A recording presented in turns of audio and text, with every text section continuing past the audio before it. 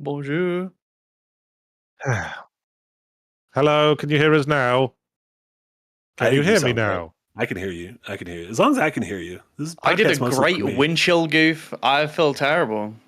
Can you There we hear go. my There we hear go. my delicious Yes, chocolatey voice, you internet? sound great, Johnny Chocolate.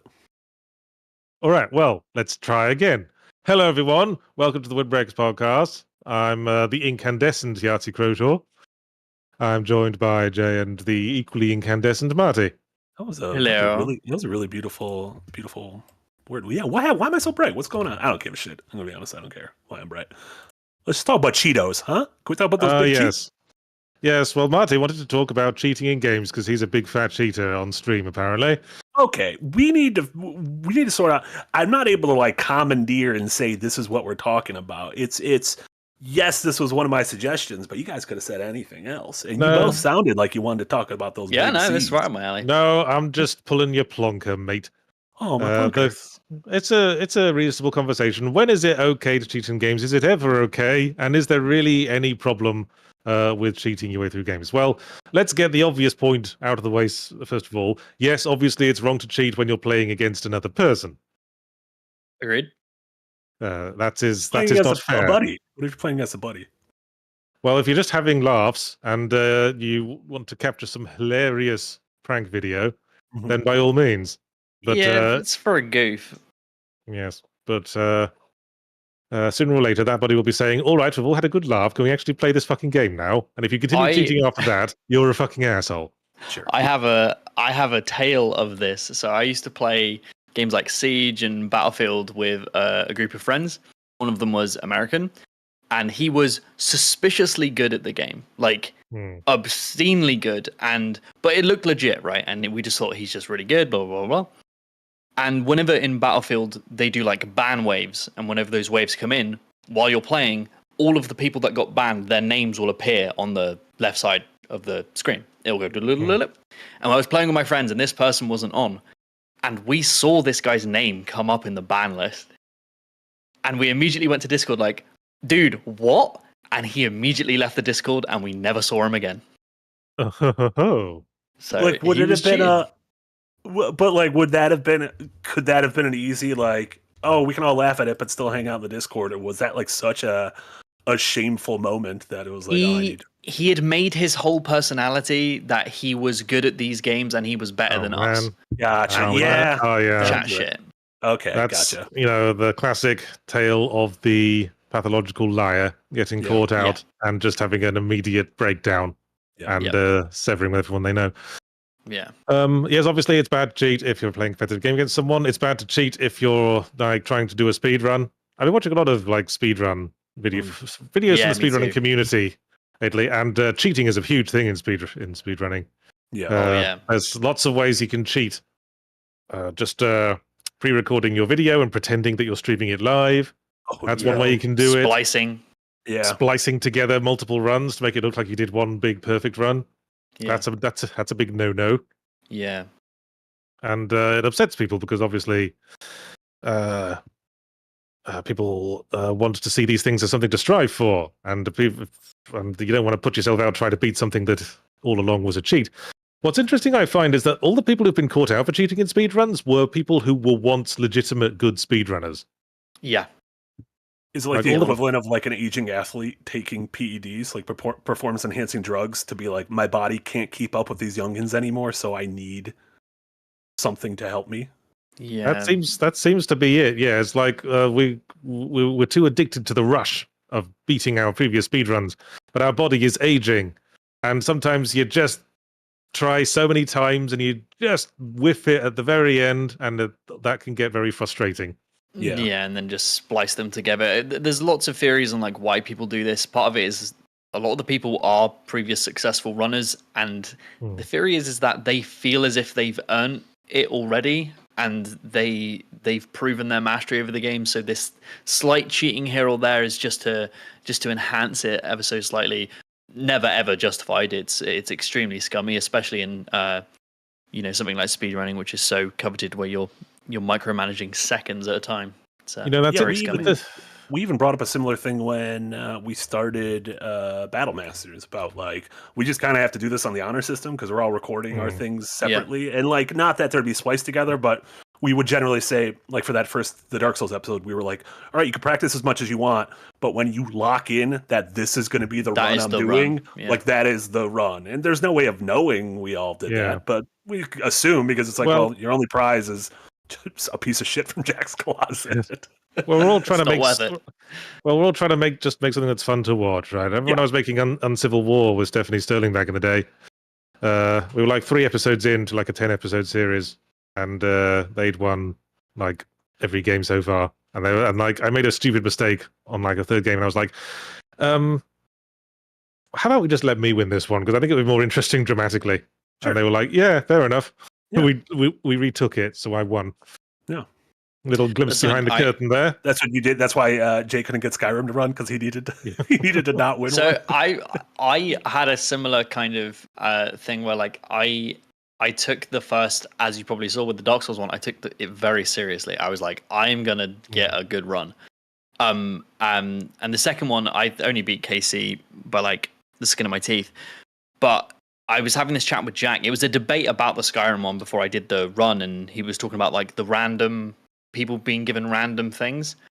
And I was trying to say, hey, you know, like the theory was that we were all going to get different things. And I was like, oh, that doesn't really make sense, blah, blah, blah, blah. And then Jack just said, yeah, but we're trying to make an interesting video. We're not trying to make a fair, like, speedrunning challenge, right? And something clicked in my brain. And I was like, oh, yeah. Like, because I was like, this isn't like the Olympics. Run, so. Ultimately, this is like an entertainment product. Yeah. So it's, Ultimately, if you cheat in a single-player game, the only person you're cheating is yourself, right? And I think it's valid to say that you might be well advised not to cheat if you want to give yourself the best experience. I would say that it's fine to cheat a single-player game if you want to do that, if that's how you want to get through it. Fine, but I don't think you can offer a valid opinion on the game if you do that. And you can't go around saying you're good at it, obviously. Yeah. This goes to it's like Celeste and their accessibility features. The Celeste accessibility features completely break the game where, you know, you can have infinite jumps, you don't take damage from the death pits, and it breaks the game. And the game warns you will break the game and you will not have the intended experience. But there are accessibility features for people who want to use them. And I remember originally, if you use these accessibility features, you couldn't get achievements. So, but they went back on that because people got upset about it. But I don't know, I kind of agree with that in the sense of the achievements are a showcase of your accomplishment based on the default difficulties. So yeah, it's all up to the player, really. I suppose the interesting question is, when does an accessibility feature stroke as a basic element of the game become a cheat? Because I've been abusing accessibility features myself. Let's all go around the table and share our abuse of accessibility features. Marty with his fucking Final Fantasy 9, like God mode. It was also Final Fantasy 8 and Final Fantasy. You know what the most embarrassing thing was? I lost to the final boss of Final Fantasy VIII with God mode on, and for the stream, God. We just had to watch the ending on YouTube. I don't even know how you can do that. I was impressed. I was genuinely impressed that I was able to lose to the final boss with God mode on. But as I've mentioned, have been replaying all the Igavanias using the very lovely Steam ports, which are basically just the game, but running through an emulator with a nice wraparound on it. And one of the features of the wraparound is that there's a rewind function, where if you fuck up, you can just go back in time, Prince of Persia Sands of Time style, and go back to before you made the crucial fuck up. And I have been abusing the fuck out of that. Especially playing Order of Ecclesia, that game's bell-end Todger smashing hard. And but in my mind, it's the same as using just save, right? The save function. Like it's just saving a bit of time. Because I could just reload my last save at the save point right outside the boss arena, or I could just say, let's just assume I did all that and did the fight all the way up to now. Exactly as I did first time. Exactly. And carry on from there. It's like, what is your goal while you're playing? Are you there to re-engage and review everything you experienced back in the day in a bite-sized way, or do you want it to be difficult? It's up to the player to make that decision. I see no problem with save states whatsoever. I think you hit it on the head, Jay, earlier when you were talking about speedrunners like professionals turned cheaters who feel like they've proven what they needed to prove. Yes, and have earned the right to cheat. That's what I feel about this sort of thing. I mean, I've seen like skill runs of Dark Souls where, firstly, they prove that they can infinitely grind something. They demonstrate that they know how to infinitely grind something, and then once they've done that, they just cheat to give themselves whatever they need, so they don't have to do the grind. Oh yeah, and that's, I mean, so many of those classic games, it started back when emulators first started with, like I remember downloading Nesticle for the first time, which was the NES emulator, and being like, I remember Nesticle. Yeah, and you could be like, oh, I can have a save state and create a save state the moment I enter a Mega Man boss. And then instead of replay the whole fucking level, I could just keep trying at the boss. Or I use them on, the Switch, Nintendo Switch Online classic games. I use save states for like Super Metroid because there's certain parts where if you miss this jump, which is kind of a shitty jump, you're gonna have to do a big old run back to the jump. And I'm like, well, I don't want to do that, so I'm just gonna create a save state or rewind because like this is just a fucking waste of time. Like this game's amazing, but this is kind of a pain in the ass feels outdated from 1994. So we can't really talk about if cheating is okay. It's the question is cheating okay to you?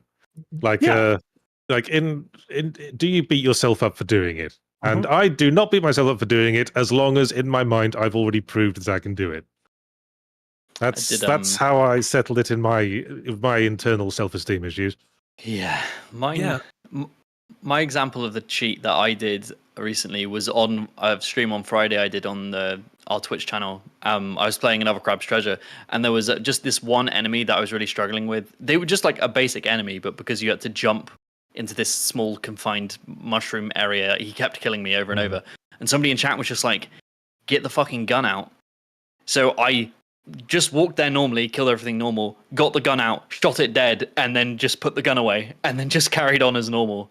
And just use the gun. Mainly because the chat wanted to see it, but I was cheating in that instance. But it was fun. Like, I was just, get the gun out, it's funny, it's fun, move on. Well, of course, cheating can be fun. I mean, when I didn't have as many games to play back in the 90s, just replaying Half-Life and all those 90s first-person shooters over and over again, sometimes it was fun to just no-clip through a wall and see how much of the level the developers had actually made past the part that you can see.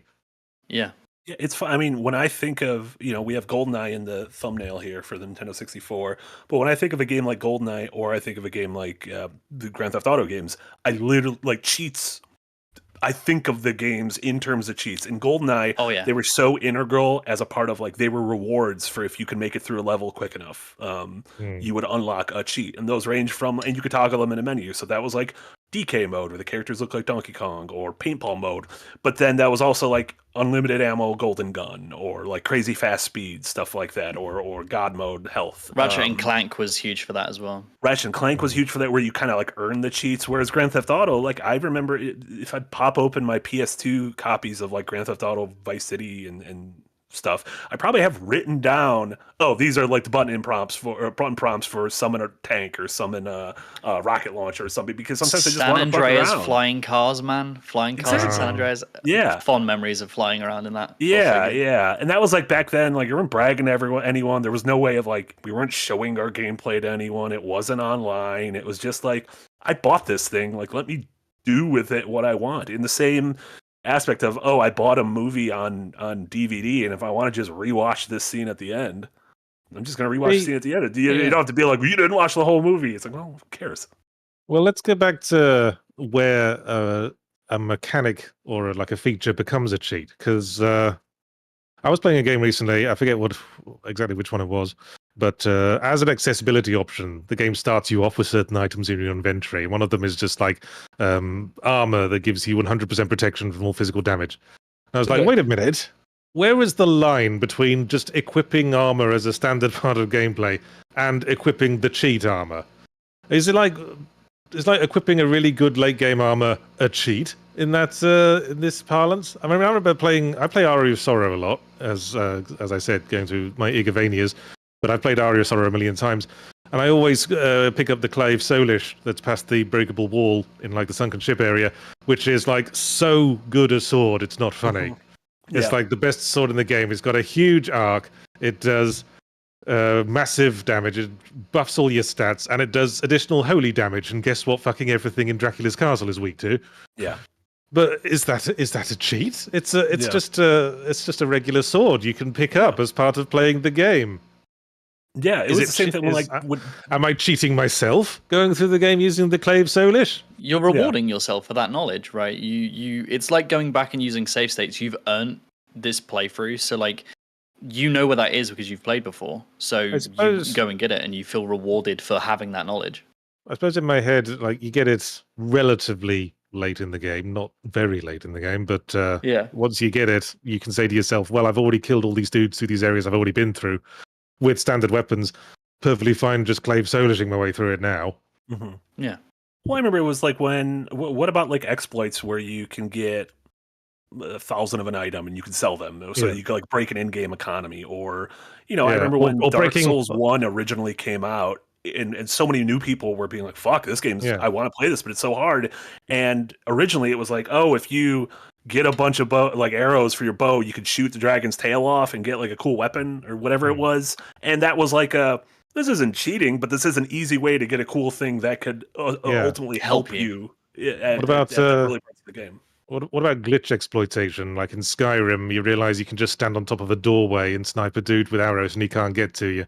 No, absolutely. Yeah, Jack has shown those off in in Elden Ring, certain things you could do to completely skip pain in the ass bosses. Like I think it was something in the frozen tundra upper plateau area of Elden Ring. There's a certain like suicide jump you could take with the horse that will kill that one pain in the ass boss that's in that little fortress.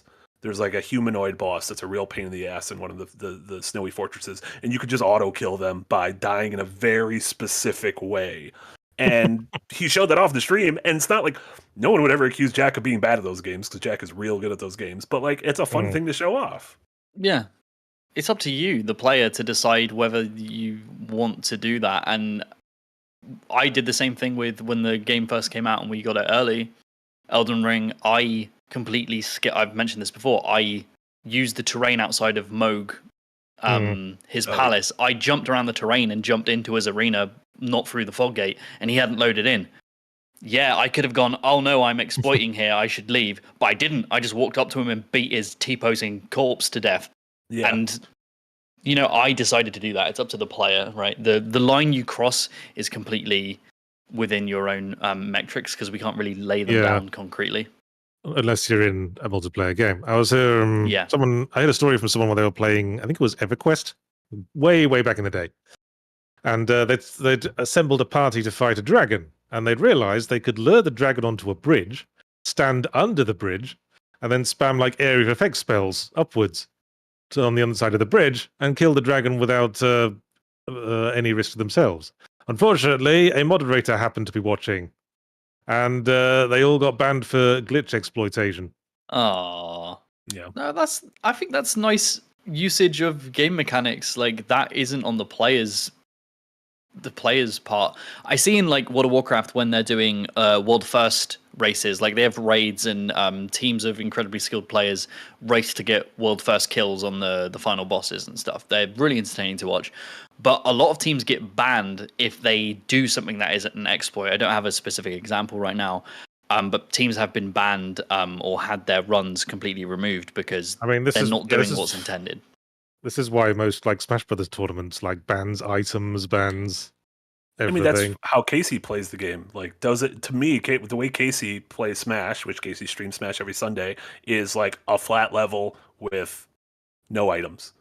And I'm like, that doesn't sound like a game I want to play. That's like, but it's, I don't know. I feel like games are malleable enough to where like there isn't really a right or a wrong way to do these things. And it does feel like the line is always a very personal one for people. There's some people who would be like, no, an exploit is cheating yourself out of the game. No, playing the game on easy is cheating yourself out of the game. No, looking up walkthroughs or like tips before you start a game is cheating yourself out. And there's other people where it's, like when I'm streaming a game, Jay, like you mentioned, Battle Masters, I treat it like an entertainment product. And you know, it's not entertaining. Just watching me slowly grind for like a fucking million hours in a game. Well, But the when I thing was is, some people do find that entertaining, Oh, right? no, that's Is an ebb exactly- and flow between Sure, sure. Or like, I'm not someone who wants to beat my head against the wall for 3 hours against a boss. Like, I don't find that entertaining on a stream. Yeah, no, agreed. Whereas some of our funniest streams and most entertaining ones have been like, oh my god, finally after 2 hours we were able to beat this Souls boss or this Lies of P boss.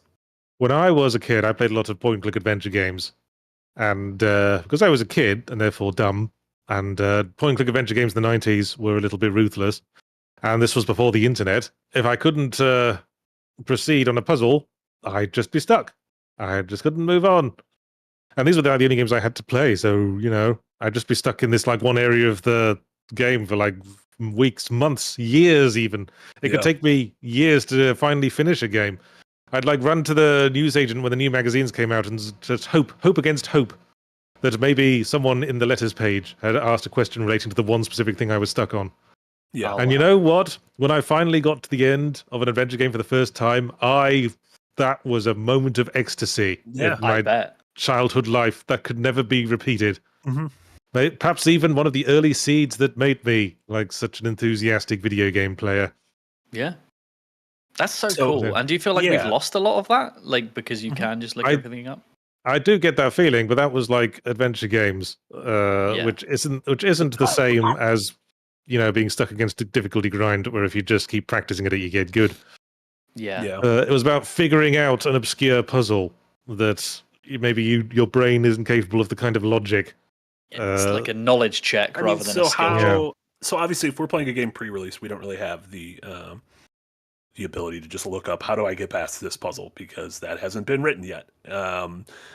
But like when I finished but I beat Animal Well pre-release, and then I got to that thing where I'm like, ooh, I'm not gonna be able to do all these other eggs pre-release. This seems like a lot. So I did all of the insane. eggs. previously. I was like, this is where my line is. I'm like, I'm good. Whereas if I'm playing a puzzle game that came out years ago, like the temptation is there to just be like, well, I got stuck and I'm no longer having fun trying to get unstuck. Because sometimes getting unstuck is a lot of fun. Like I think a portal puzzle is a lot of fun to get yourself unstuck. Where there's a certain thing where I'm like, I don't think the designers and I are speaking the same language right now. And instead of being frustrated for hours, I'm just going to look up what to do. And sometimes I look it up and I'm like, fuck, that was on me. I should have known what to do. And other times I'm like, fuck you, how did I know to put glue on the hair or whatever for my mustache? Yeah. When I was a kid, I didn't really get my head around the concept of this game just wasn't designed properly. I just it's an assumed adult. They're all good at their jobs. I assumed there was something wrong with me. And because I got that such a ecstatic feeling from actually beating a game back in the day, whenever I did like fall upon using a walkthrough, and in later years when I would have regular access to walkthroughs with the internet, I'd always look at a walkthrough and like with a sense of self-hatred. Mm-hmm. Like I hated having to look at walkthroughs. Mm. When I saw the answer, like I'd glimpse at the walkthrough the way I'd glimpse at political news nowadays. It's like, so one too many sentences. Oh no, I'm going to feel miserable for the rest of the day. Yeah. Do you feel like you're cheating in that instance? Like you've given up and walkthroughs are an interesting one, right? Because I felt like cheating? I was cheating. What I felt like was like I was cheating myself out of the value of the game. Because as I said previously, it would take me like a year to finish a game. I'd be playing that, just like exploring it, getting the most out of it as much as I could, like making discoveries a little bit at a time. But if you could just cheat through a game, then like if I had a walkthrough, I'd just like finish a game in a week, and then I just feel like an absolute arsehead because now I've got nothing to play for the rest of all my free time. Yeah, I feel like walkthroughs have kind of spoiled us a lot in a way where if we struggle with a puzzle or a challenge or something, there's such a temptation nowadays to just be like, this is wasting my time, I should look it up so I can move forward, rather than just being like, this is the intended challenge of the puzzle or the encounter, I should try and increase my knowledge, think about this in a different way, play differently. It's like, no, just look up a way to do this puzzle. And I feel that spoiled us so that we don't give those things as much time as we would. Like Yachts, you said you were on puzzles for weeks up to years, right? There's no way in hell you would spend like more than a few hours on a singular puzzle nowadays, right? You'd just be like, I got to move on. I've got to do things. Well, obviously, but then I'm a busy professional. That's very true. And I've lost that sense of wonder we have as kids. Mm. So perhaps we should ask a small child if it's okay to cheat in games. Yeah. I'm just thinking of that episode of Bluey where Bluey's trying to explain to their friend why they have to follow the rules of the game. Then in the end, they discover that the rules are what makes the game fun. You just like cheat it and say, no, it's all right, I'm wearing an everything-proof shield and can get across the crocodile-infested waters now. And you don't have the fun of coming up with a creative solution. But that's like, what is... I mean, that's, I guess, a whole different topic, but like, what is the fun to you? Because for me, when I was going through the Final Fantasy IX, like, I was super into the story. I fucking love the art and the music, and I really like the characters, and I like seeing where the game was going. And I think the combat system in the game is fine. It's very slow, so speed up helps a lot.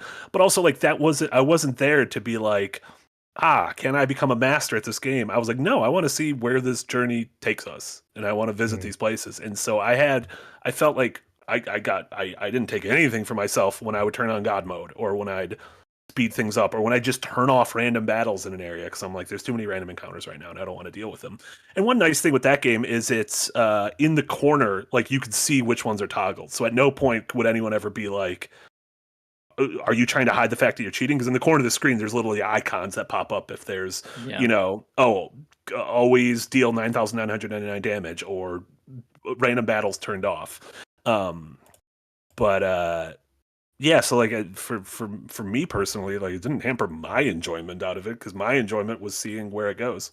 It changes for me based on what game I'm playing. For instance, like I would, even though I do think Dark Souls should have accessibility features, I would never like cheat in that game. I would always try and do it based on the devs' intended challenge. But on the other side, I always, when I play Witcher 3, play on easy, because the combat in that game for me is not engaging. It's not interesting. And I'm just there for the story. So when I get into combat, I kind of just want it to look flashy. I want it to kind of feel kind of cool, and then move on to the next story beat. Those two games have different answers for what I'm after in those individual cases.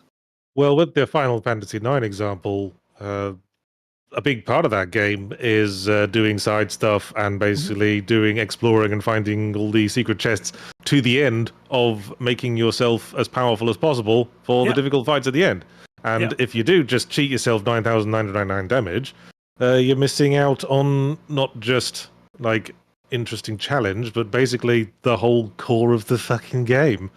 I disagree, though, because I've loved my playthrough of the game, and I loved experiencing it as a story, as a mixture of visuals and audio, and of seeing where it would take me. So, like, well, you were there for the story, don't feel like it took. I would say I was there for the story. Yeah. Like the combat, and again, it was also the way I experienced it was I streamed the entirety of the game. Like, I did it over the course of 9 streams, so I probably streamed 25 to 30 hours of the game. And so, like, I was like, well, do I want to have that last twice as long?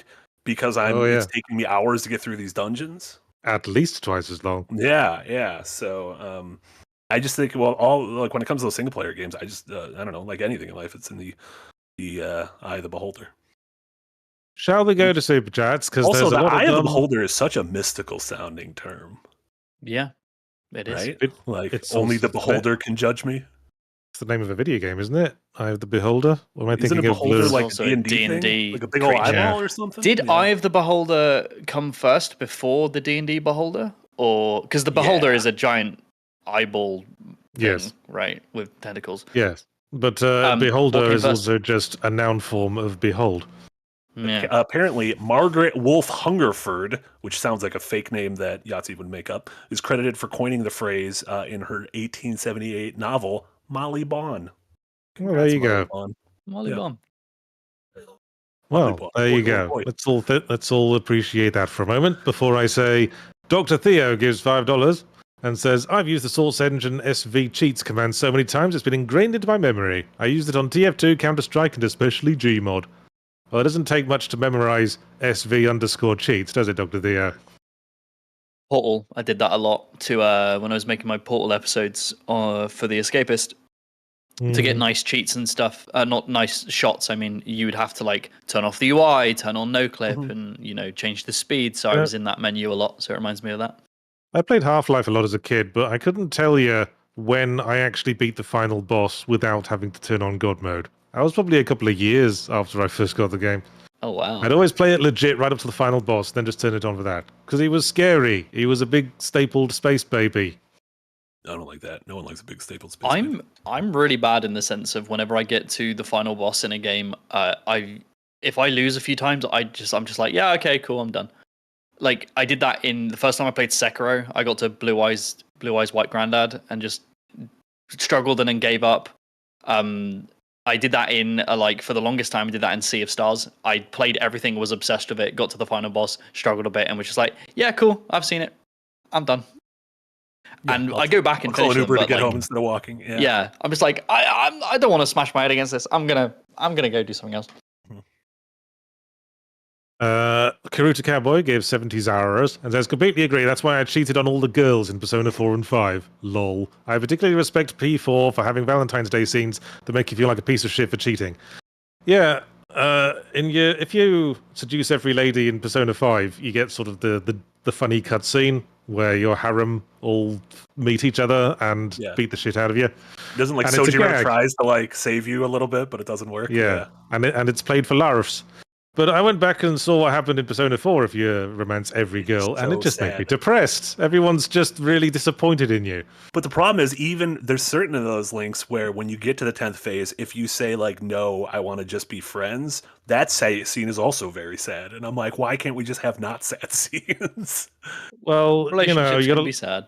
Yeah. It's the sad life of a hot anime twink when you have to let down the girls gently. It's a hard life. Yeah, for some reason, the one that leapt to mind was that one girl in the theater group. Yeah. You turn around and she's like, I'm going to turn around and I want to see if you're going to be there when I turn back. And if you were just like, we want to be friends, you just leave the room. Yeah, you just piss off. Amazing. Funny stuff. Beloved Fool gives $5 and says, what about cheating in Catherine, Persona, or Stardew Valley? Yes, I'm afraid Karuta Cowboy beat you to that particular joke. Beloved Fool. I mean, Catherine, you have to cheat. Literally, that is the plot of the game, is that you have been unfaithful with your... Yeah, that's the whole thrust of the drama, the inciting incident, if you will. Blenda, member for 3 months in tip jar. Thank you very much. I haven't Stardew Valley. Do people get mad if you... I think there's only people getting mad scene if you seduce all of them, if memory serves. But you do have to really go out of your way to romance characters in Stardew Valley. You have to buy a special item that's only available on certain days. Yeah, and it's only after you give them the specific item that signals you're in a relationship with them. And then you got to give them another specific, really hard to find item to get married to them. So it's a faff. Matty gives £20 and says, just started reading We'll Save the Galaxy for Food. I'm loving it. Looking forward to reading the rest of them. Thank you, Yards. You're welcome, Matty. It's your book. You wrote a whole book. What an author. I wrote a whole trilogy of books that starts with We'll Save the Galaxy for Food, and you should check them out right now. And if you're waiting for the print edition of the final book, We'll Leave the Galaxy for Good, maybe go and bug Dark Horse about it so they get back to us. Fungus Finder gives $2 and says, did Marty come up with this title? Obviously still smarting from your Final Fantasy IX stream. Oh, I was fine. I feel fine about it. I don't try to hide that. Your conscience is clear. My conscience is clear. I slept like a baby last... No, I actually slept like shit, but that was because of the inauguration. Because the country's broken. Fair. Yeah.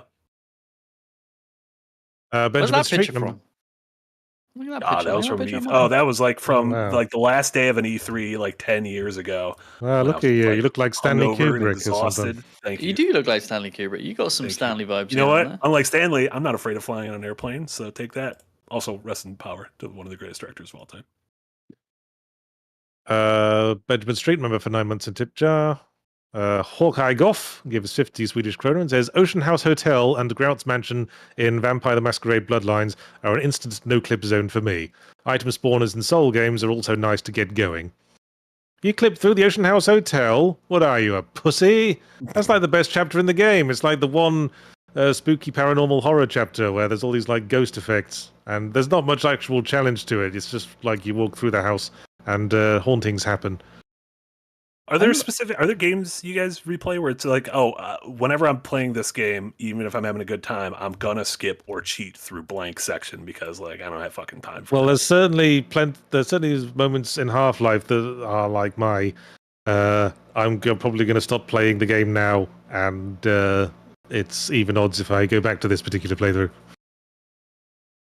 Like the bits of the game that feel like they're a slog, like On a Rail in the first Half-Life. I mean, when we were doing our Skyrim challenge, like if people replay Skyrim, they don't replay that fucking opening, do they? Because like, isn't that just the same every time? Do they just like start when you enter the open world? Well, do you replay the opening train ride from Half-Life?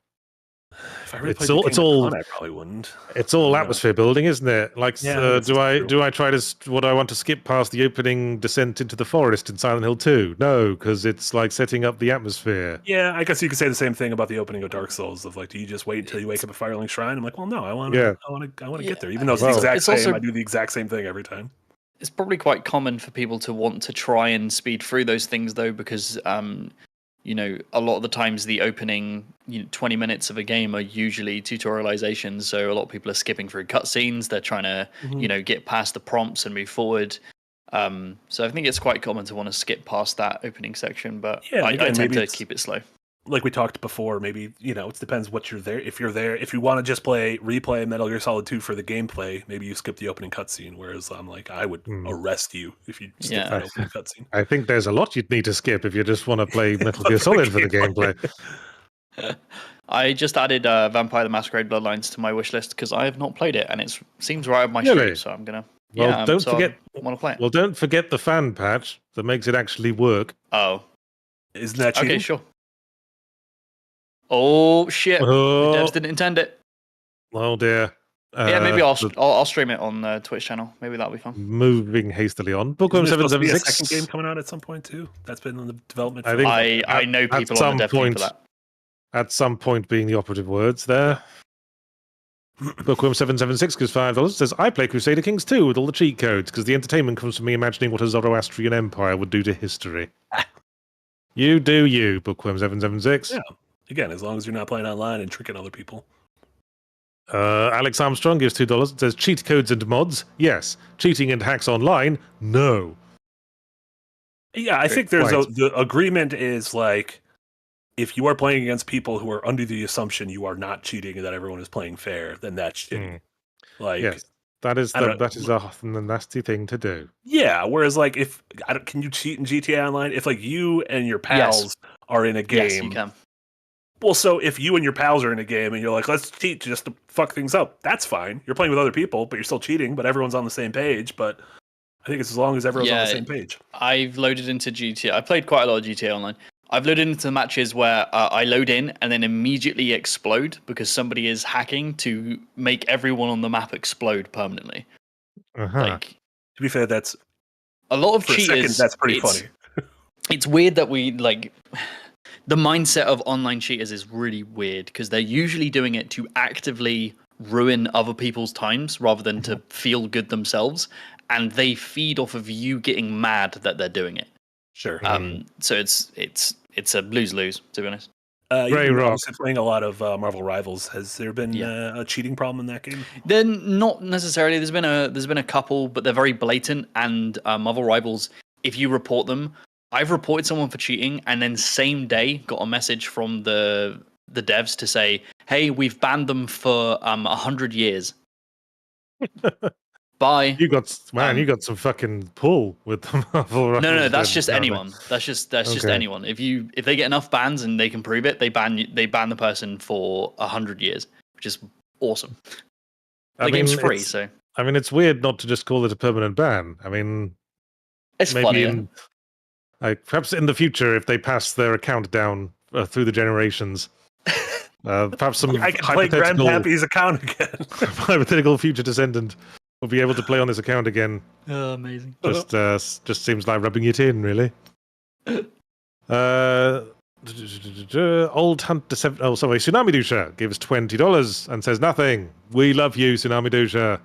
What a pal you are. Old Hunter 77 gives $1.99 and says video games are long and hard. Hooray for cheating. Great. Yeah, it's not the only thing that's long and hard. Old Hunter 77. Woof, boof, boof. Like a toddler's arm holding an apple, it is. Yeah, the work day. No. Smisk Audio gives $10 and says, probably my favorite thing with cheating in games is if everyone can use the same cheats in game. Then it basically comes a whole new rule set and usually descends into hilarious chaos. I mean, isn't that just a mechanic then at that point? If everyone's on a level playing field, it's not cheating. It's not a cheat, yeah. Right? Yeah. Then you're just playing Gary's mod, I suppose. Yeah. Good fun, though. Nidarum gives $5 and says, there is the line between modding a game and cheating in a game. For example, can one cheat at Skyrim from modding? Is modding a form of cheating? Yes, and that's fine if it's single player. Yeah. As we've established. Yeah. It's not the intended experience as crafted by the devs. I mean, maybe put it to the community. If there's a community vote that this particular section of the game is bullshit, then yes, if it's fine to mod it and it's not really cheating.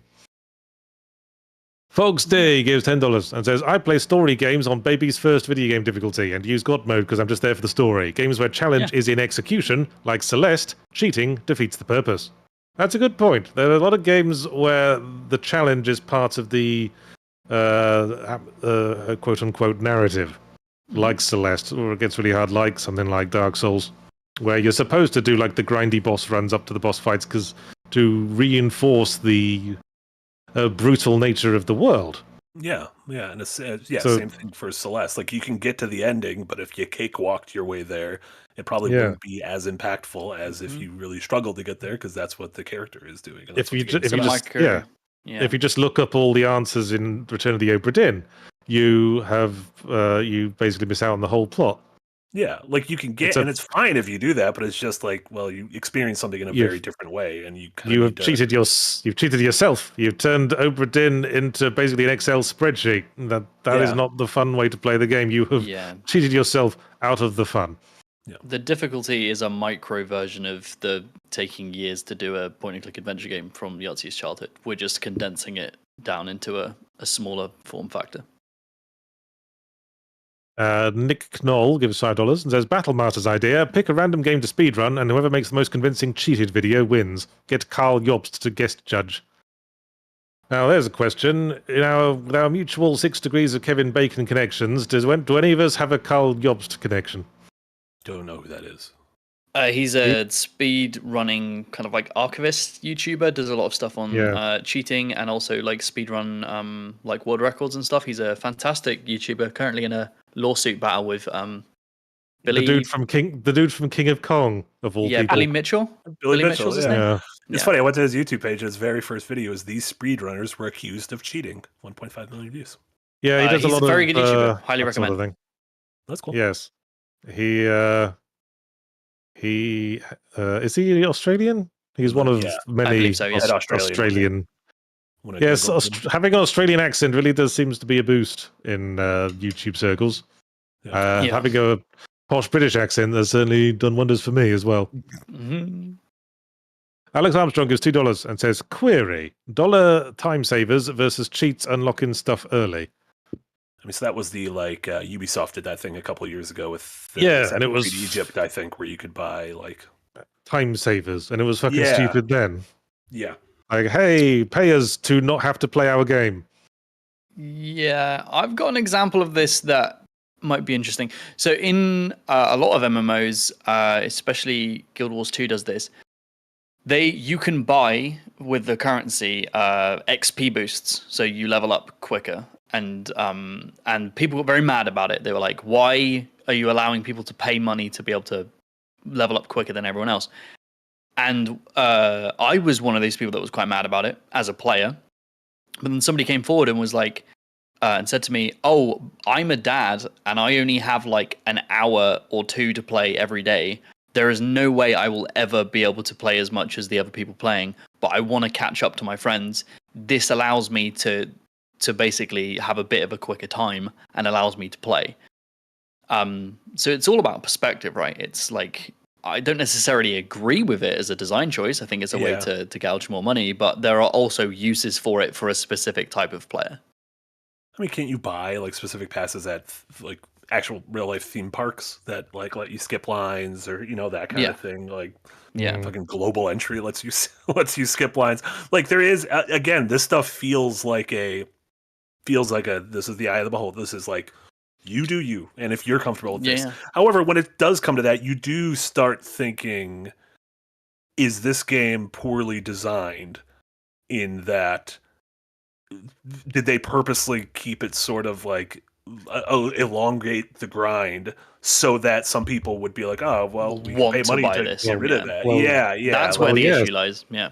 Yes, that's the whole like monetization model for free-to-play games, isn't it? Yeah. Yeah, to kind of create that FOMO or create the like, let's have this just take a little bit longer so that people might be. The paid stuff just gives convenience, and you crave that convenience because you see other people having it, be it XP boosts or bigger bag sizes or X, Y, and Z. Yeah, it's insidious. It's bad. It is naughty free-to-play developers. Hjord87 gives 20 Danish kroner and says, Age of Empire had some awesome cheats. Missile car. I like a missile What's car. a missile car doing in Age of Empires? What's a car doing in Age of Empires? I know. First explain the missile, then explain the car. Well, looks like a missile car. Yeah. That's a good picture of it. Fox D gives $5 and says exploits stroke features are fine in single player, as anyone who's run the same play in Madden for the whole game and scored on every possession knows. Oh, fucking sports nerds. Worst kind of nerds, sports nerds. No, that can't be possible. It's probably worse. No, it's the reason why sports nerds are the worst kind of nerds is that they don't know they're nerds. They go around like being a sports nerd is like perfectly normal and masculine, and I don't know if those exist anymore. I feel like everyone's dabbling in this shit. Everyone's watching Game of Thrones. Yeah, Game of Thrones playing at least some games. Yes. I think there's a lot of crossover nowadays. A sports nerd is someone who knows every single result of every Super Bowl, who owns their own like football or basketball jersey that they wear, that insist on watching every game, and who turn around and call someone else a pathetic loser for liking Game of Thrones. Okay, it's that last part that I have the problem with. The first That's part a sports nerd. Okay, the last part's the only problem. Oz gives $2 and says, is using a walkthrough cheating?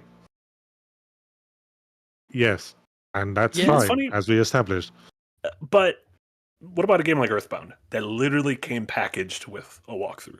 Like literally the only way you could buy Earthbound for the Super Nintendo was in a big old box, and it came with a strategy guide that like doubled as like it felt like a almost like a tourism booklet for like a companion. Yeah. And so it literally came with the game. Like it was in a big box. But did it talk you through every single imaginable aspect of the game? No, it was very vague in terms of things, and like boss tips might be like, it's weak dice. Try using that. Little tips, that's cool. I like that. You know what God sucks? Speaking of, I had it originally, but I used the Final Fantasy IX strategy guide. And whereas with Final Fantasy 7 and 8, it would be like, here's very detailed how to do everything. Here's all the side quests. Here's how to beat all the bosses. The Final Fantasy IX one, this was right at sort of the dawn of the internet really becoming popularized, and I had this thing called Play Online.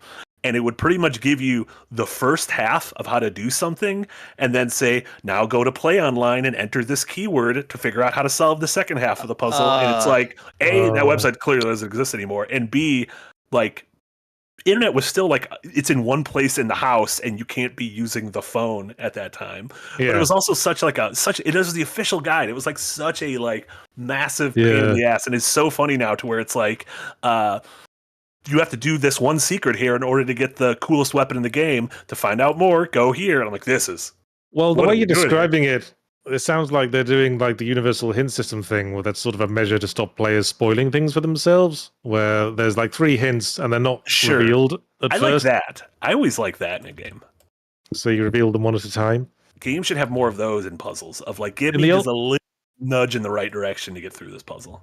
In the old days, Sierra Adventure Games used to publish actual books with like invisible ink for the hints, and you had to reveal them with a special pen. Incredible. That's like some spy shit. And they used to throw in some fake ones as well, so that to confuse people who just looked to pull the cheat straight away. But they were an odd bunch sometimes. But, you know, that's what happens on the cutting edge. Yeah. Dale Mallows gives $2 and says, "Hey guys, I'm back. BRB gotta take a sheet." Oh. And then follows it up with another $5 super chat to say, "I found my brother using a walkthrough on my file of Mario 64 and I beat his ass, little cunt." Wait, he said he said, "I'm back. BRB gotta take a shit." You weren't back then. You had to go take a shit. You should have said you're back after the shit. Are you drunk super chatting, Dale Mallows? I'm kind of getting the feeling that you might be drunk super chatting. You know what? Whom amongst us? Think about that. Me, I've never drunk super chatted before. I don't think I know how to super chat. I don't think I've ever sent a super chat. No, I have never sent a super chat in my life. Because, you know, I'm the one you're supposed to super chat. It's not the other way around. Yeah. I am the one who super chats. What is that? Oh my God. Image. It's gonna fall in the tub here and get electrocuted. That's where he found his brother cheating and using a walkthrough, and he beat him while taking a shit. Okay. Yeah. Alex Armstrong gives $2. Says 100% completion cheats, infinite power, money, etc. Well, yeah, as I said, this is like another aspect of having already proved yourself. You can now have fun with it. You've earned it. It's like playing through Resident Evil 4 with the infinite rocket launcher. I bloody well earned that infinite rocket launcher with sweat and grind. You fuddicky micropayment motherfuckers wouldn't understand. It's a ritual of mine. Every time I beat a Ratchet and Clank game, I get the Rhino, which is usually the weapon that can one-shot everything on the screen, and then I do a second playthrough. Only? Sorry? I believe it's Republican in name only. I believe it's RYNO in the... okay. And I use the Rhino to basically do a second playthrough as fast as I can. Every time I play Ratchet and Clank, no matter what one, I always do that. And I always feel really satisfied in that because there's not much challenge, and I'm just using the knowledge I already had to just go through as fast as I can, and I find it really, really satisfying. That's like a fun victory lap. Yeah. Yeah. Fox D is $5 and says, "First playthrough, no walkthroughs. Subsequent plays, walkthroughs and let's plays to help truly master a game and unlock cool stuff." That tends to be my approach with From Software games. Like, I'd play through Dark Souls 2 and 3 with no cheats. And then I'd go back and see what I've missed. I'm like, all right, let's go to the wiki and find out what I missed. Yeah. I missed a fuckload of Dark Souls 3. Like, I didn't even find a whole like wing of the game where that one dude with the invisible baby that you fight. Yeah, my first time going through Elden Ring, I was just like, I didn't know Moga was down there. Like, I had a really weird experience with Elden Ring because we played through a lot of it before release, and then it came out properly, and my friends started playing it. And I'd completed the game at that point and felt as if I had like mastered the game, and I felt, I have the power. And a friend of mine was like, "Oh, Jay, have you seen these two dragons?" And fucking FromSoft had like added a bunch of new stuff in the day one patch, so it was like very different to what I played. And I was like, "What do you mean there are dragons here?" And I like my sense of mastery just disappeared. It was horrible. Alex Armstrong gives $2 and says, "Game design question: difference between GUI and HUD." Well, GUI stands for graphical user interface, and HUD stands for heads-up display, meaning that the heads-up display is what you see imprinted on your vision in the course of normal gameplay. Well, whereas GUI can also apply to like menus and stuff. The HUD is a part of the GUI, the GUI. It's all HUDs are GUI, but not all GUIs. All GUIs are HUDs. Yeah, exactly. Yeah. I got shit in my UI video for referring to things as UI, and they were like, "No, actually, it's graphics user interface. Just put graphics in front of the word. It's all graphics." Yeah, I got shit for describing the Symphony of the Night HUD as a GUI. Everyone was saying, "No, it's a HUD."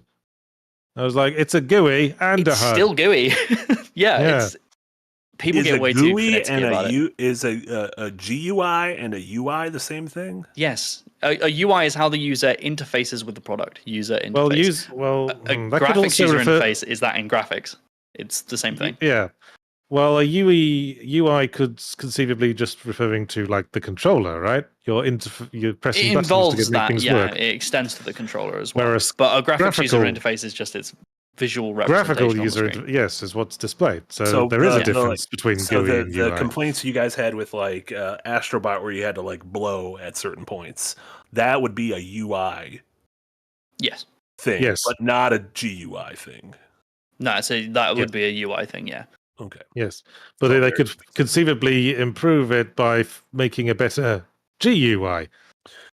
Gotcha. Yeah. Okay, It's all bullshit. now we've cleared that up. Fox D gives $5 and says, Bluey, rules make the game fun. Calvin and Hobbes, the only rule is you can't use the same rule twice. Moral lessons were better back in my day. I think Let that's the just a kids have different Bluey. strokes. Bluey is wonderful. Bluey is wonderful. Alex Armstrong gives $2 and says, is using siblings to get past hard parts cheating? I definitely use No, that's teamwork. That's what that is. Mm. my That's social skills. I have a brother who's 5 years older, and so when I was young, he was better at games than me. But then he sort of like didn't play games as much, and then I ended up lapping him, and it was a very emotional moment where he came to me for help. Lapping, eh? All right, what is going on there? What are you Yes. what are you inferring? Just a curious, Take your baby's arm holding an apple, and you get the fuck out of here. curious turn. of Lapping's a phrase, Mario is what I'm Kart term. Yeah, I know. It also means other things. Sussy Guru 2000, They remember made the 14 right months in move, between just not saying gangs, anything. says 14 months. says IDKFA, which was the cheat What's for that? giving yourself all the weapons and keys in Doom. What does it stand for? Sick. I don't care. Fucking what? Oh, what is that? It's ID for ID software, and then keys something ammo. Fucking Oh, what? was K? Was it worse that I spelled K with a care or care with a K, or that the A stood for wow, which clearly started with a W? Yeah. Both That really got bad. me good, man. Whatever. 3 out of 5 isn't bad. That's cool. Just thinking about the other cheats. Do you have to enter that at every level, or is it just like a one time uh, thing? Just Keys for all. Yeah. Oh, there you go. Halbeard84 gives £5 and says, I used the PS remote play trick to get the platinum in Final Fantasy IX. Getting to 1,000 in the skip rope minigame was far too big of an ask. F that. Yeah. So some people were talking about how cheating should immediately disable achievements or trophies. But there's like certain trophies, like right at the beginning of Final Fantasy IX, there's this jump rope minigame. And if you're expected to actually do 1,000, like that is fucking, I might think less of you if you did it real. Yeah. So, yeah. Like 1,000? You know how many 1,000 is? That's 10 100s. That's 100 get it. tens. It happens as well. Like, people do think less of you. I've got, in Marvel Rivals, if you play enough of a character and do enough achievements, you get Lord. It gives you a new portrait. Everyone else can see it. And I just get shit for it. People are like, go touch grass. Like, Yeah. go do something else. Counting to 1,000 doesn't take that long. I mean, it's just counting to 100 10 times, and counting to 100 doesn't take that long either. Yeah, but this is doing it with, and the speed is changing. What are you doing, jumping rope? You got a world to save. Yeah. Get out there. Well, you Watching don't that have a video, world my to thumb save. is doing it, though. Yeah. Zaratha gives $5 and says, I've once met an apiculturalist with gorgeous eyes. I guess beauty was in the eye of the beholder, That was really good. if you like. I do like, and that was really good. I like the idea of a bee holder, like someone just like holding a little bee, like a baby, like a swaddled baby.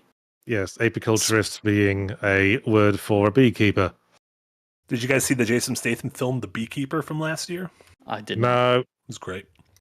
Did he cross over with Nicolas Cage? Not the bees. Kill me, Yeah. won't bring back your goddamn eyes. Yeah. The man in black gives $10 and says, Yahtzee, been a fan of your work for a long time. I particularly enjoy your books. Will there be a novel in the Dedophile series? I'd like some answers about a certain whimsical doctor. I'm writing that book at this very moment. Well, not this very moment. That'd be fun. I've written my page during this stream. I've written my page for today already, and yes, things are going perfectly well. What's the deal with this whimsical doctor?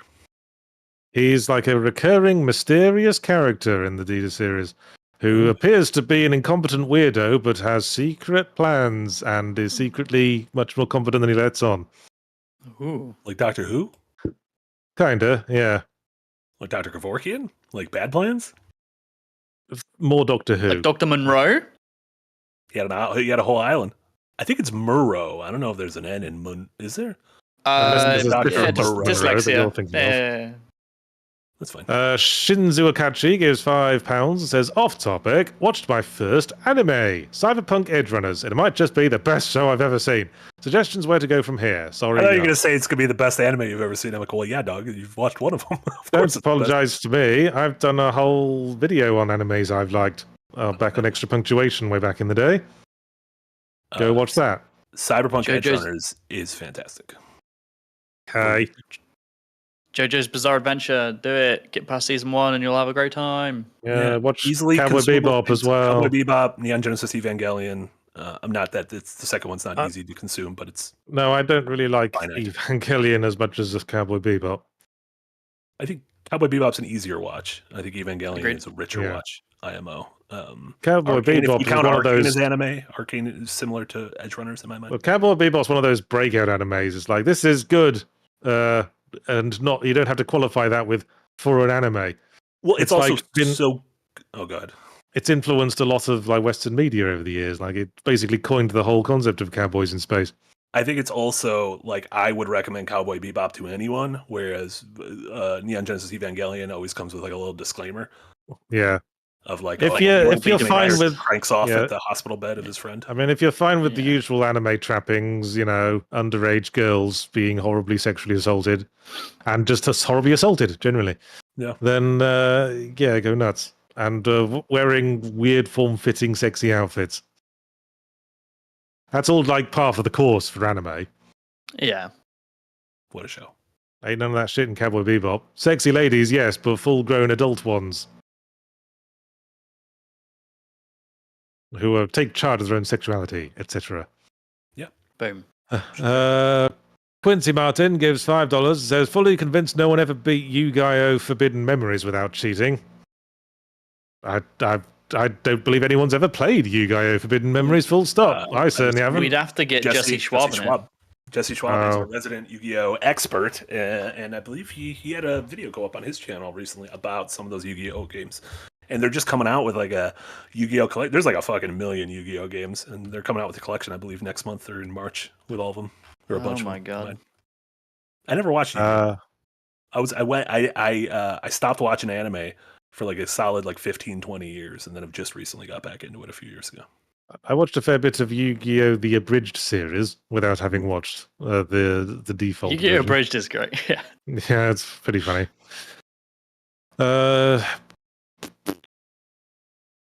Alex Armstrong gives $2 and says, speaking of Dita, Nita went rogue, sulks in office. Yeah, that's what happens when you write books by the seat of your pants. Sometimes you introduce a plot thread and then it just gets left hanging because you can't really figure out what to do with it. She's fine. She just sort of noped out from the plot. David Owen gives $4.99 and says, do you consider screen watching cheating? There was always that one friend that always did it and it always did my head in. There's an indie game where you're supposed to screen watch. Green Sheet, I believe it's called.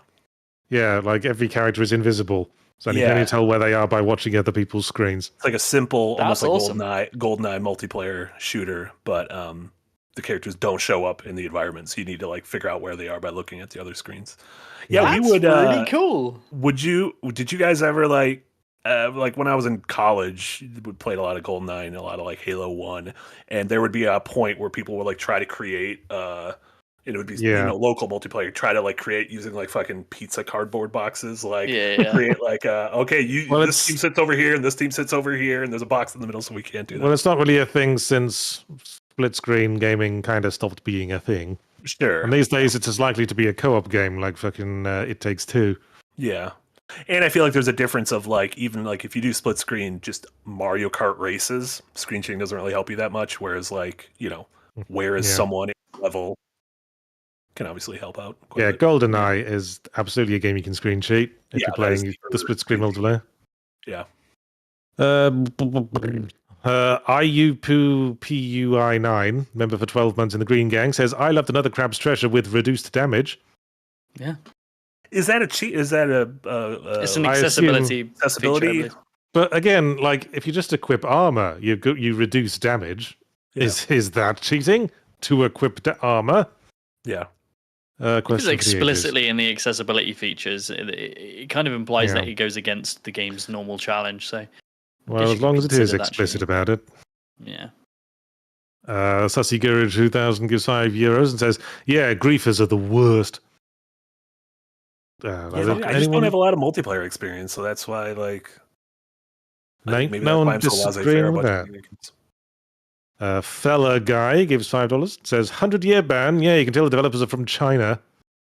Are you implying people live like to 300 years in China, Fella Guy? I don't think they do. He might be referring to their prison system. Oh, okay. Like the American penal system is definitely got everything on the up and up.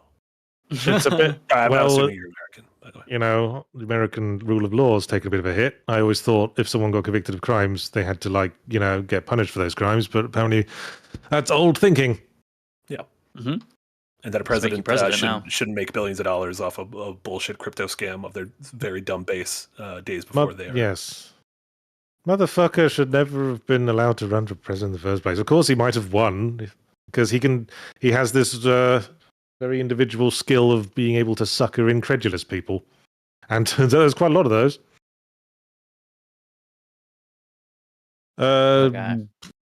Sorry, we're getting away from that topic because I'm assuming, like me, a lot of you are avoiding reading the news today. Yes. Yeah. Alex Armstrong gives $2. Says thoughts on games calling you out for using cheats. I think it's a fun gag, as long as you know it actually lets you cheat in the end. Yeah, like I'm fine. I mentioned the Final Fantasy things. I'm fine with. I think Final Fantasy 16 had the same thing where if you used some of like the in-game like boosts, it would just put a little thing in the corner, which is nice. Like if you're watching a streamer, you could tell like, oh, they're playing this on blank, or they're just playing it with these cheats for fun. And like as long as you're being open and honest, My favorites isn't necessarily from a cheat, but when games would acknowledge that you're playing a pirated version.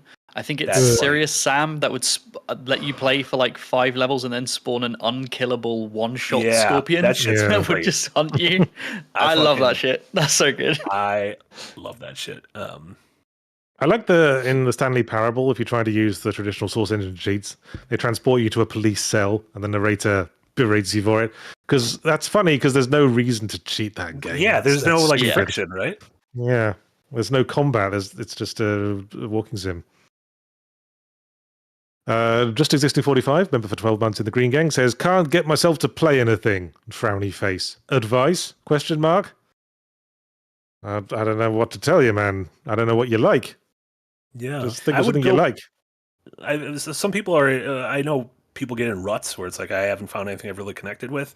Like, go back and replay something you know you love. Maybe like that'll almost give you like a little bit of yeah. I play like Igavania games. Yeah. I play Black Mesa, and I'll be replaying that again pretty soon. Ooh. Yeah. Ooh. Assuming nobody catches fire this time. This is true. This is true. Also, like a bit of advice, and it sounds counterintuitive, is to just push through. Like a lot of people get stuck on the first like couple hours of a game and then stop and try and play something else, and they just get in an endless loop. Pick something that you feel like you might enjoy, be it narratively or gameplay wise, and just push through and just play for longer than you feel like at that point, and you might push past that barrier. Yeah. Well, yeah, Sacred Garden brings up a good point. We did. We started that little book club thing in the Discord, and we played through Persona 4. And some people were like, "Oh, this finally got me to play this game," which I've always been on the fence for. And sometimes it's fun to just play something alongside someone else, even like an online pal that you can kind of just talk about, like a shared experience. Yeah. Far Too Many Frogs in Rogue Orbit gives $2 and says, reminiscing Halo 3 melee at 10% gravity, 300% speed. Oh, go talk to Nick. Go reminisce about that with Nick, you big fucking Xbox stands. 10% gravity, 300% speed sounds very fun. That sounds nonsensical. Sounds like one of the pickups in Carmageddon. Yeah. Fox Day gives $5. Says, Jesus, Yahtzee, can't even be mad about that sports nerd takedown. If anyone needs me, I'll be playing my Indiana Pacers franchise in NBA 2K25. Oof. Sports nerd. Watch some football games this weekend. I deride the sports nerd. At least people who like Star Trek like a good fucking story. What's sport? What's the story in sports? It's just so boring. It's the story of the human condition. Yahtzee. It's the story of competition.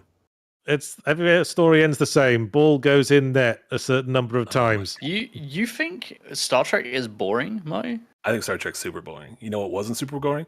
The Buffalo Bills versus the Baltimore Ravens yesterday. Hachi machi, a drop 2-point conversion with a minute left. Oh, Jesus fucking Christ! Wow. Drama. My God, I thought I knew you.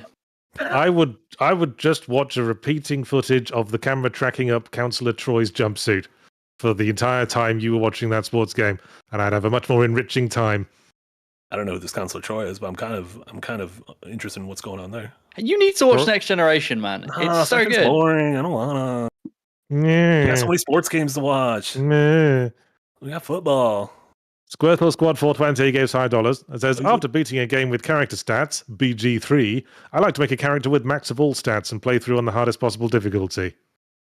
If you like. Can you do that in Baldur's Gate? I think you can cheat it. Sure, I feel like most PC games you could cheat. Probably just hack it. Did you guys ever own any of those devices you could buy, like those for console games, obviously, but like Game Shark and Game Genie and shit Game like that? Genies. I only relatively recently learned how those work. They basically just change the values of certain variables. Like if you know you've got 1200 health, you just search for a variable with the value of 1200 and tell the Game Genie to change that to whatever you want. That's how they work. Variable. Yeah. That makes a lot of sense. I didn't know how they worked. That's how they worked. Interesting. Yeah, that makes a lot of sense. I always wondered how the magic worked in the Genie. I thought there was a little genie in there that just like fucks with your game a bit, but it looks like he's futzing with variables. Yeah. Little genie, get me out of this fucking. I didn't have anything like that, but I had a lot of like cheap books. Oh, like, sure. Yeah. Those little like cheap books you'd buy. Yeah, before you could just like Google, pull out your phone and Google. Yeah. The only way to learn the finishers in Mortal Kombat back in the day. Yeah, how the fuck? Why weren't those just in the game? Was it to sell those things? Like, why wasn't there just a menu? Like, hit these. It was to make it a fun forbidden fruit sort of thing, I suppose. Yeah. Yeah. Because then kids start talking about it in the yeah. Kids talk about it more, and then they start communicating about it, and that if you don't have it, makes you want to get it because you want to be in on the secret. It's like the urban myths of like how there's a secret nude cheat code in Tomb Raider, but it's actually but it does actually exist. Oh my god, there's a secret thing you can do that makes the character literally rip their fucking head off. Sort of lost fatalities. I feel have lost a lot of their mystique in the recent Mortal Kombat games. I just feel like it's so easy to find hyperviolence anywhere. I know. It was harder to find hyperviolence. I just watch like a footage of all the fatalities, and I feel like we've all seen this shit before. Someone gets their thing pulled off and their thing pulled out and then another thing pulled off and then what's left of them just falls into a big bloody heap of goo. Yeah. Yeah. Heard it. Let's see a bit more imagination. NetherRealm.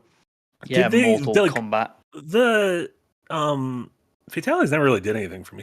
I thought it was cool when they'd show like, oh, if you go down here, you could fight a guy named Reptile. You didn't know he was in the game. I thought that was cool. You know what's more interesting than fatalities in like your modern NetherRealms is the brutalities, because those are actually like, have a fun impact to them. If you do fulfill certain criteria during a fight and like take off their last bit of health with a certain move, it'll just like knock their head off and they'll do something really hideous to them. And those are more fun. Those feel like a fun exclamation mark on proceedings. Mm-hmm. It's like you could say to the person who lost, well, I thought you had him for a moment there until, he punched you in the nuts and your head exploded. You guys just gave me another idea for my fucking game. What is it about Windbreaker? And you guys give me ideas. I just wrote it down. It's almost like we're professional video game liking people who have a lot of opinions on things. Is it a football game? American football? Yeah, it's a football game, but what happens is you have to watch half an episode of Star Trek Next Generation before you can move. That's the first half of the game, and the second half is football. Yeah. Just Existing 45 gives 5 Canadians. Dollars, I mean. And says, if a walkthrough is cheating in gaming, is following the instructions in a Lego build cheating? Not a smug question, just curious. Love you guys. Well, it depends what you're into making Lego things for. Mm. Some people just like some people just like putting together IKEA furniture. They like being praised for following the instructions. Wouldn't that be the equivalent of like if you use a recipe, like you're cheating dinner? I suppose. But I guess it comes down to feeling like you're cheating yourself, because I do a bit of cooking, and sometimes if you stick to the recipe, then you miss out on the learning experience of cooking. Sure. Like I make a recipe is a good place for like building a base, and then I know it's a good starting point. Like I make oat flapjacks based on a recipe I found, and I thought, but I'm finding this recipe a little bit too sweet, so I will reduce the sugar in it, and then I like that better. But then I thought, I feel like there's not enough interesting things happening in this flapjack. What if I add like half a jar of crunchy peanut butter to the mix? So I did that, and that worked out very well as well. Yeah. Now I have my very own flapjack recipe that I made. That's for me. Boom.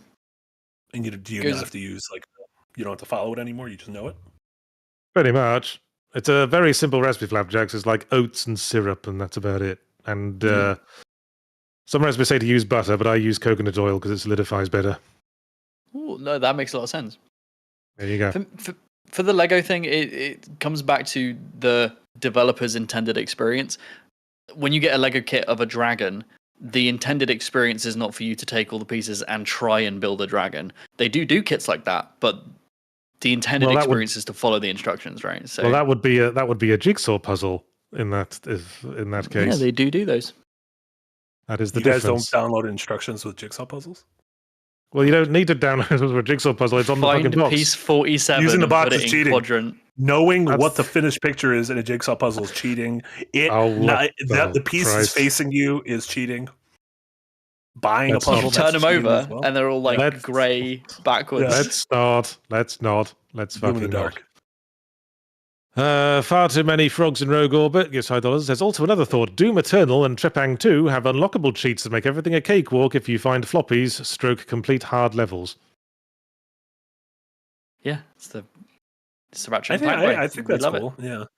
Do they not also have does Doom Eternal not have you can hit these buttons and get everything you want?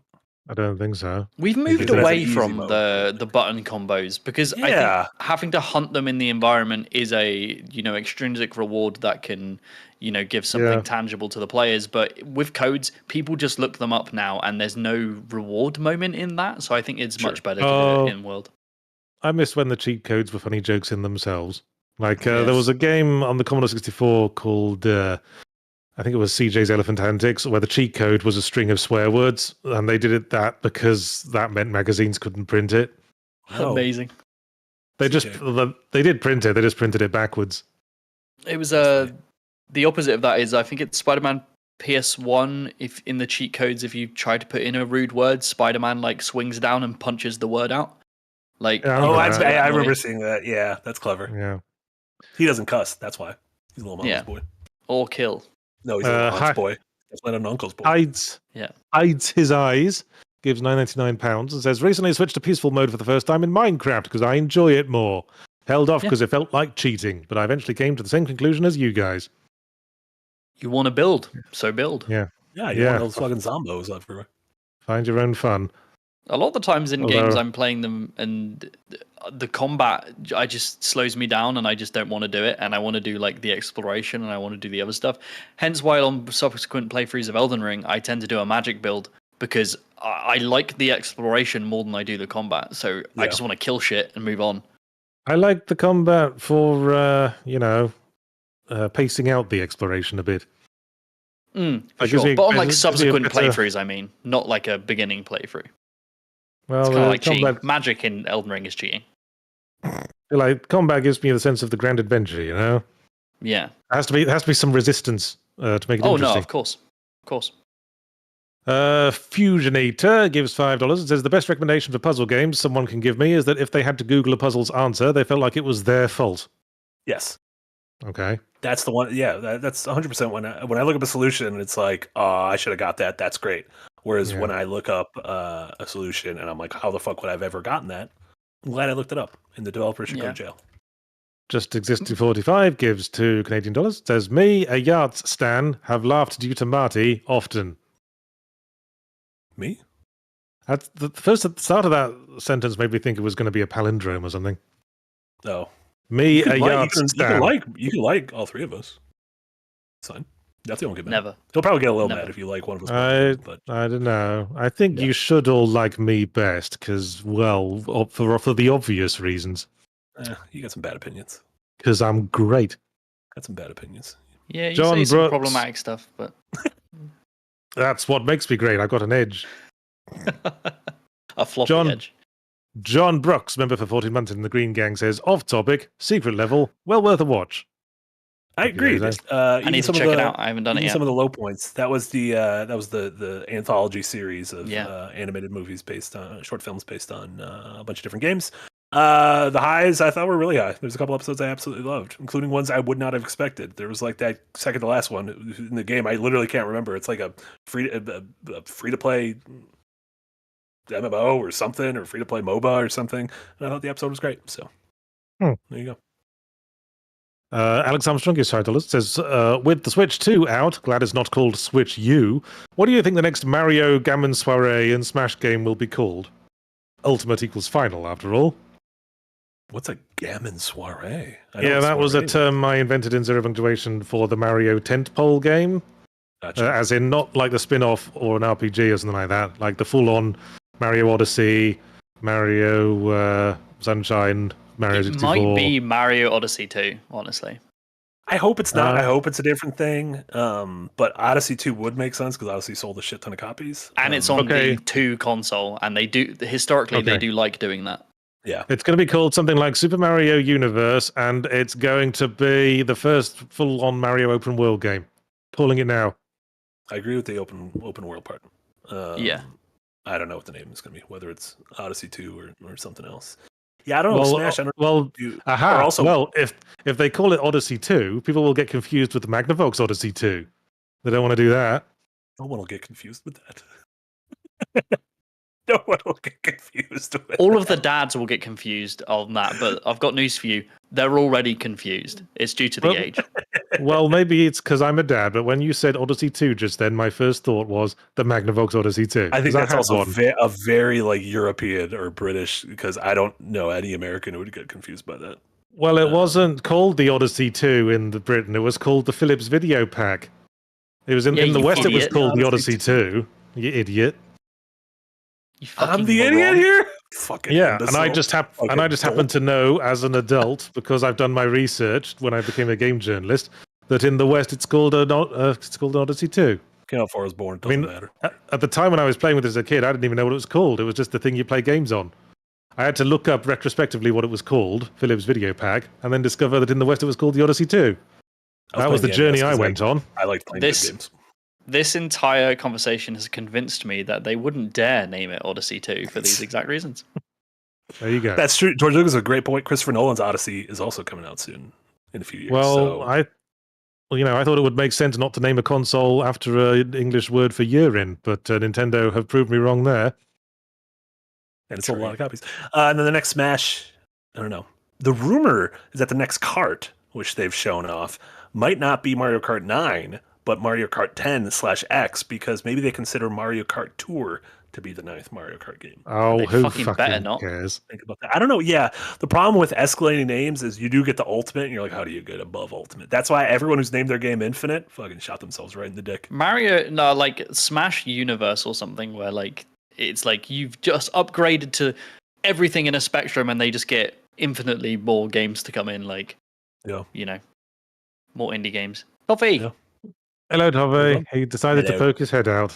Hello, Bobby. Ludo's are coming in a week, and I am so excited. Just Existing 45 gives $2 Canadian. Says, play Persona 5, but never Royal. Worth it? Yes. There's a whole bunch of new features. There's a whole extra semester. They've redesigned all the fucking dungeons. It's a whole new ball game. If you ever feel like replaying Persona 5, definitely play Royal. IMO. God, I love recording and streaming with my dog in the room. I certainly never had to retake a line because he fucking shook at precisely the wrong moment. Yeah, Ludo did that all the time as well. Toppy, have some decency. Gets right in front of the camera and immediately starts noshing himself. That's all right. No shesh. Fella guy gives $5 and says, I'm a Carolina Panthers fan. I don't think I like sports anymore. I don't care. They had a strong end of the season. I think Bryce Young is having a turnaround. There's worse franchises. There's not a lot worse franchises, but there are some worse franchises. Shut up, you sports nerds, or we'll talk about Star Trek. Tell us about the holodeck. You're going to talk about Star Trek anyways. I can't stop it. Well, All I can do is get my little Jibsy jabs in. we will very aggressively talk about Star Trek in response to your talking about sports. Mm-hmm. Listen, Hey, there's Jay. upwards of a dozen of us who watch sports in the chat. Jay, Yeah. were you a fan of the Deep Space Nine, Dr. Bashir, Chief O'Brien bromance? Because I certainly was. I haven't seen Deep Space Nine. I'm a big Next Generation stan. So is it good? I can heartily recommend Deep Space Nine, especially if you're a Next Generation stan, especially if you like really? late Next Generation more than early Next Generation.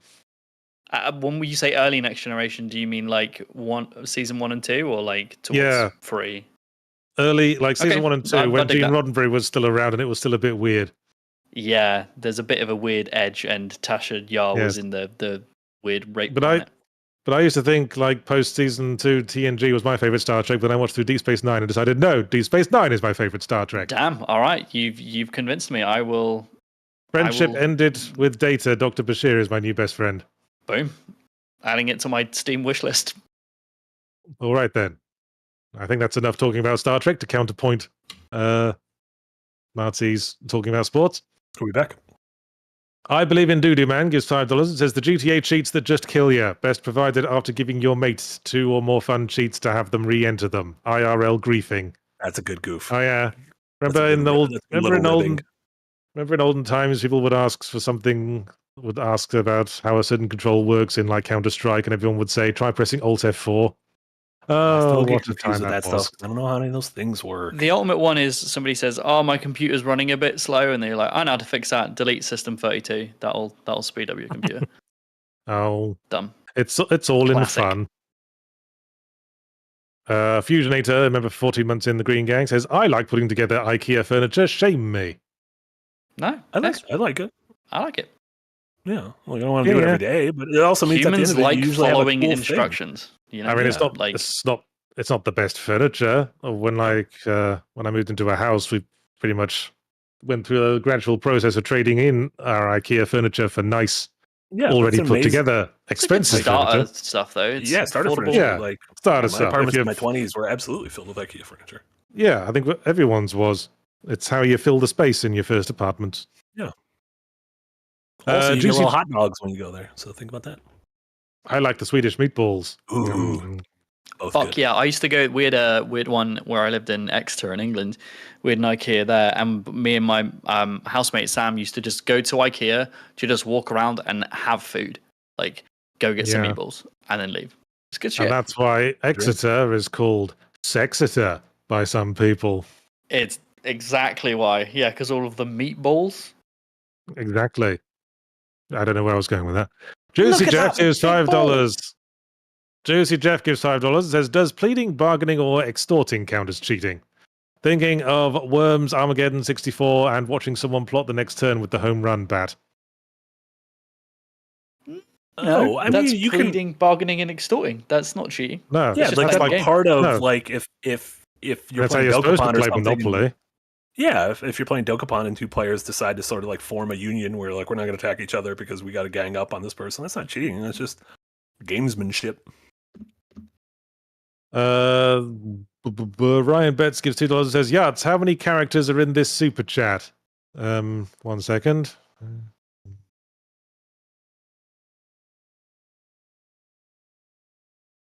Are you just going to count? 40. Exactly 40. Too many. And I'm the weird one. I'm the weird Yeah. one. No, you're the Yeah. weird one. Oh, characters. I was just counting letters. 43, counting the 2 question marks and the comma. Oof. Sussiguru2000 gives €5 and says, Jess is going to steal Ludo and I think our that's- hearts. I mean, I think you could share. I think Ludo. that's impossible because we live together. So It'd be tough. But It'd what be about really what about when the horrible divorce happens?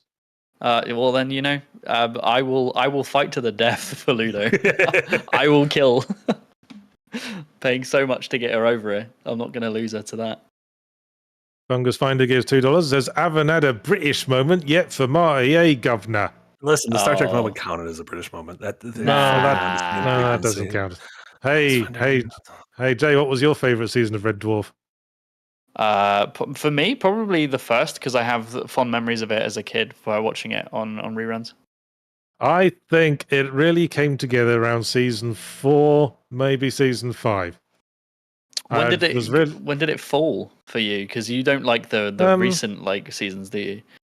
I think 6 was all right, but I think 7 was where things started going seriously downhill. Mm. But yeah, it was really at its absolute peak in season 4, I'd say. Maybe just that one episode of season 5 where Rimmer's got a little penguin hand puppet. There's no world where whatever this is more entertaining than playoff football. There's no universe. There's no fucking Red Dwarf reality. is infinitely better than football. It's so good. I'm just gonna become a bully. That's it. I'm just becoming a bully. Become. Oh, achi.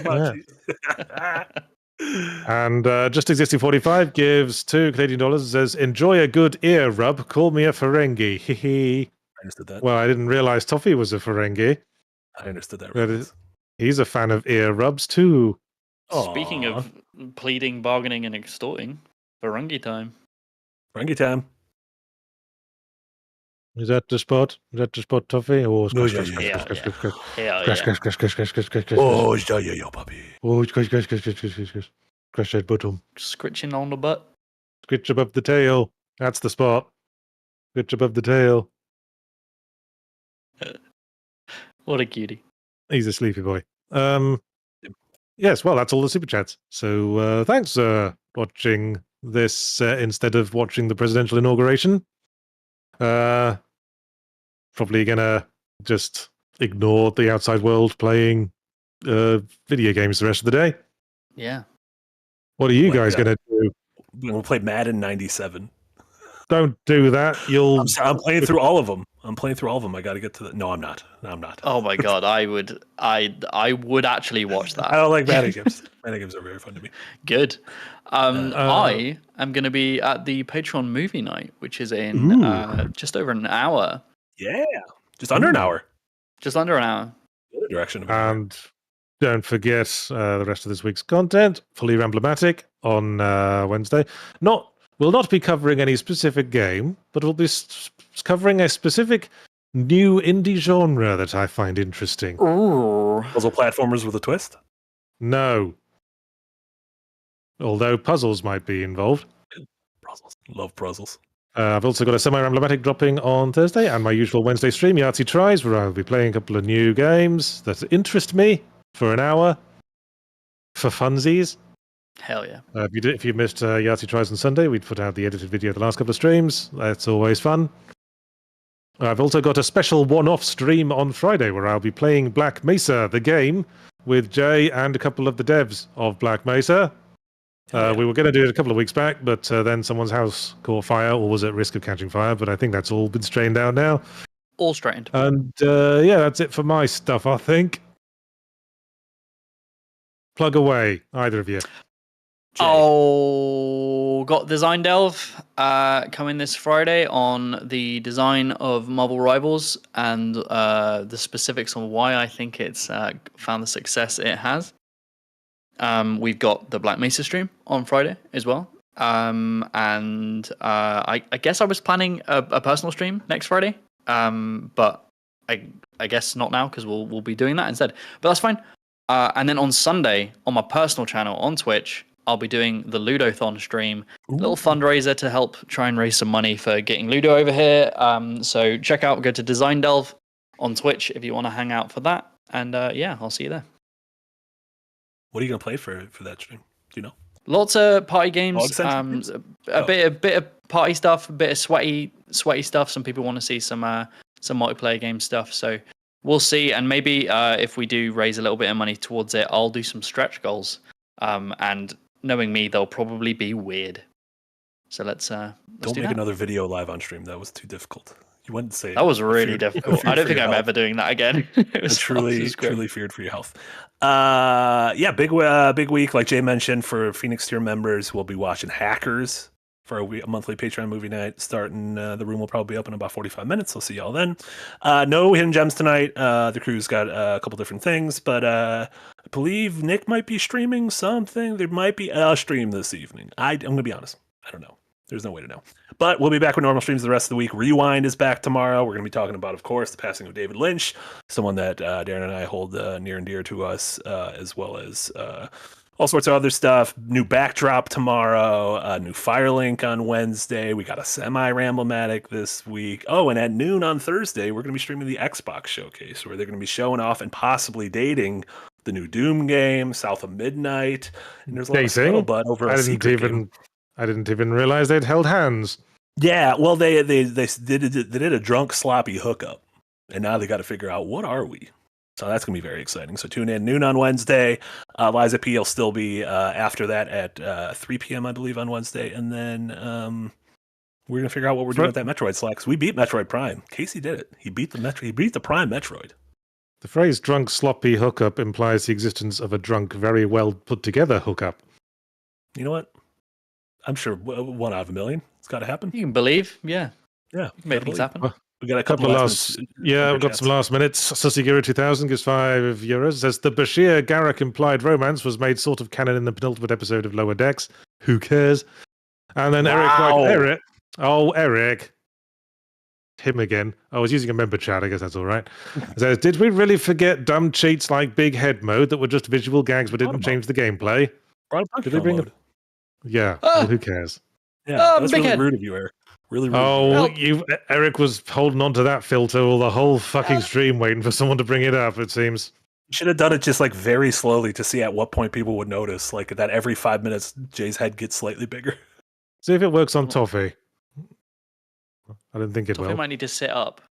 And Gay Bear Daddy, thank you so much for being in the tip jar for 14 months. That is so long. That's a fortnight. Don't you dare do just that. On you, mate. What? Cover your face. Cover your face. Don't you dare do that to Toffee. I just thought for a moment I looked like Walter White for a second there. Yeah, you had those Walter White vibes. The one who knocks. I don't like this at all. See, that's what I'm saying. If you shaved your head, you'd look mint, dude. And Maddie D been an ad-free podcast for 10 months. Go Patriots. I regret. Yes, go Patriots. Go straight out the fucking door. So I don't have to look at you. New England Patriots, a football team. Yay, another winners parade. Oh, go out of the door, Patriots. So I don't have to hear about you anymore. Oh, gotcha. All right, we did it. Can we leave? Can I eat lunch? We're done. Yes, we can leave. Bye, everyone. Thanks for watching.